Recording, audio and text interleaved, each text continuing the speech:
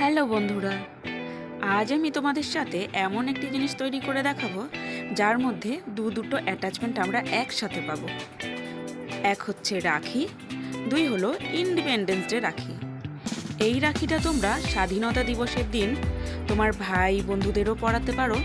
আবার সামনে যেহেতু রাখি বন্ধন, তাই তোমার ভাই দাদা তাদের জন্য এমন একটা রাখি খুব সহজেই বাড়িতে তৈরি করে ফেলতে পারো।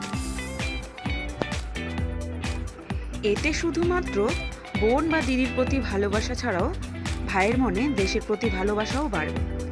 দেশকে যেহেতু আমরা সবাই খুব ভালোবাসি, তাই এমন একটা রাখি আমরা গর্বের সঙ্গে ক্যারি করতে পারি। তোমাদের সাথে কথা বলতে বলতে রাখি করতে যা যা প্রয়োজন সেগুলি মোটামুটি তৈরি করে নিয়েছি। একটা অরেঞ্জ কালারের ফুল আর একটা সবুজ কালারের ফুল সুতো দিয়ে তৈরি করে নিয়েছি।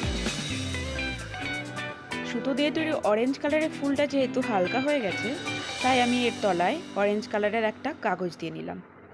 আঠা দিয়ে অরেঞ্জ কালারের কাগজটার উপর ফুলটা বসিয়ে দিলাম। এবার আমি এর ওপর একটা সাদা রঙের ফুল বসিয়ে দেব। এটা আমার কাছে আগে থেকেই ছিল। এবার এর ওপর আঠা দিয়ে সবুজ রঙের ফুলটা বসিয়ে দেব। সবুজ কালারটাকে আরেকটু হাইলাইট করার জন্য এর ওপর একটা সবুজ রঙের ফুল বসিয়ে দিলাম। ওপরে গেরুয়া, মাঝখানে সাদা, সবুজ রয়েছে তার তলে। তিনটে রং আমার পরপর বসানো হয়ে গেল। এবার আমি নীল রংটাও বসিয়ে দিলাম অশোক চক্রে। ব্যাস, সুন্দর লাগার জন্য একটা পুঁতি বসিয়ে দিলাম। রাখি মোটামুটি কমপ্লিট হয়ে গেছে। এবার আমি সুতোটা তৈরি করে নেব। রাখির পেছনে সুতোটা লাগিয়ে আমি একটা সাদা রঙের কাগজ দিয়ে পট্টি লাগিয়ে দিলাম।